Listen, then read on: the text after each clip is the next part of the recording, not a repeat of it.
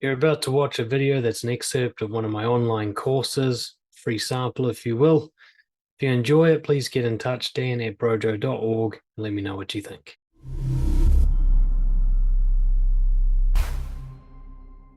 Achieving stasis. We're going to talk about how the brain uses negative thoughts to conserve energy. The brain is where thoughts come from, at least to the best of our knowledge. And the brain is an organ. For all the complexity and personality and everything that comes out of it, it is an organ. It is part of the body, and it serves a function. And while it may appear to serve thousands and millions of different functions, its main goal, as demonstrated by our behavior, is to conserve energy. It is a life preservation organ. Now, in order to conserve energy, it has to do the least possible to burn the least amount of calories, to use the least amount of oxygen, and so on. And what makes it use the most amount of oxygen and calories? Newness, change, difficulty, unfamiliarity. When you have to go through a process that requires using your brain differently to how you've used it before, the brain gets exhausted. It uses a lot of its energy, which goes against its most fundamental programming, which is to conserve. Automatic negative thoughts are all about achieving stasis, about keeping things the same, about doing things the same old way, using patterns that are already established, following habits that are automatic and require very little thinking. Basically, the least amount of newness and change, the least amount of work to create new neural pathways. It's not about comfort or safety, but familiarity. Your brain will prioritize doing something the same over doing something that's good for you, over protecting you from something dangerous.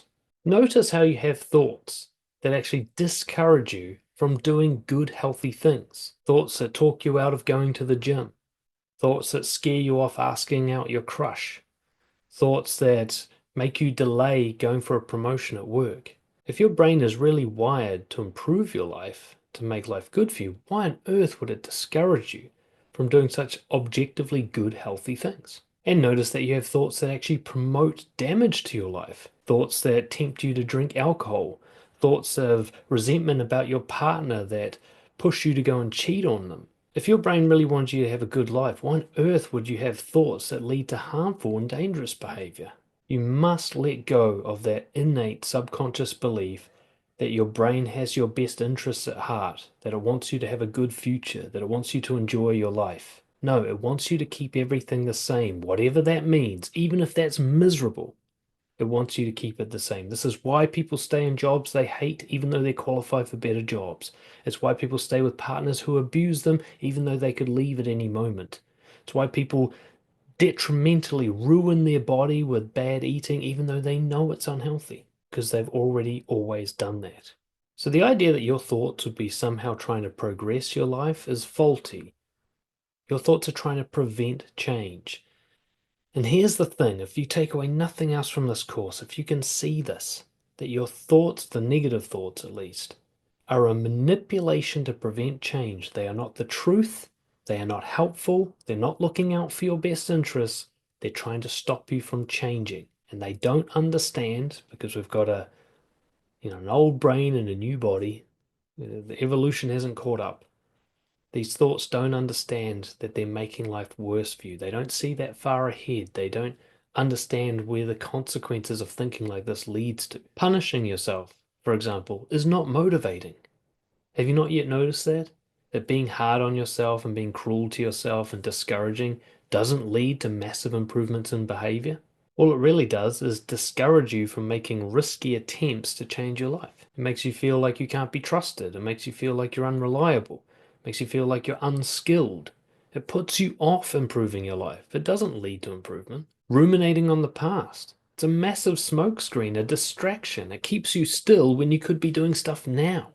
The past is done. There's nothing you're ever going to do to change the past. Why you would give it even a moment's notice is beyond logic. Unless you're taking a lesson from the past that you're about to apply in your behavior change right now, ruminating on the past is pointless. And yet we do it all the time. Why? Because when we're ruminating, we're not moving forward. And ruminating itself is a familiar pattern. Worrying about the future, you notice how draining that feels? So you might think, oh, why would the brain want to conserve energy by worrying about the future? It exhausts me. Well, actually, that particular drain is familiar. So you might feel exhausted, but your brain actually requires very little effort to have you constantly worrying about the future if that's a well-established pattern. Anxious people are always anxious. They're always worrying. They're used to doing that. The brain just wakes up in the morning, turns on the worry switch, and goes back to sleep. It's effortless. Focusing on the present moment and solving problems, that would take a lot of effort for the brain. So understand you're working with an outdated organ that's trying to keep you the same because 100,000 years ago that was smart. In your middle of the food chain, you want to keep things familiar because it's the safest way to live. That is no longer the case. Modern technology has obliterated that strategy. So you've got to stop taking your thoughts content seriously. All these metaphors and all these stories and all these visions it has. All it's saying is please don't change because it's a hassle.